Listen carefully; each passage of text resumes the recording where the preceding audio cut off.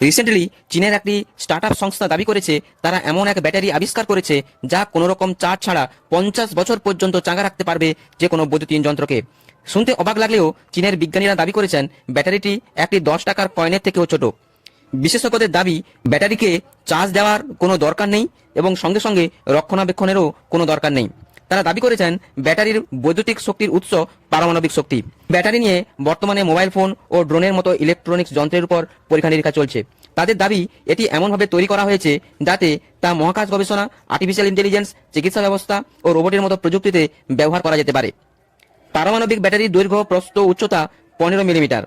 পারমাণবিক আইসোটোপ ও হীরের পাতলা আস্তরণ দিয়ে তৈরি করা হয়েছে এটি। কয়েনের চেয়ে ছোট ব্যাটারিতে 63টি আইসোটোপকে একত্রিত করা সম্ভব হয়েছে।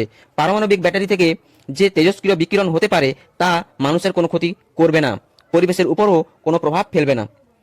এখনো পর্যন্ত এই ব্যাটারির ক্ষমতা 100 মাইক্রোওয়াট হলেও 2025 সালের মধ্যে সেটির ক্ষমতা 1 ওয়াট পর্যন্ত বৃদ্ধি করার চেষ্টা চলছে। এটি কনকনে ঠান্ডা কিংবা কাঠ ফাটা গরমেও কার্যক্ষমতা ঠিক থাকবে। -60 ডিগ্রি সেলসিয়াস থেকে 120 ডিগ্রি সেলসিয়াস পর্যন্ত তাপমাত্রাতে এই ব্যাটারি সঠিকভাবে কাজ করতে পারবে। সংবাদ মাধ্যম দ্য ইন্ডিপেন্ডেন্টের দাবি এটি তথ্য প্রযুক্তি দিক থেকে এক যুগান্তকারী আবিষ্কার।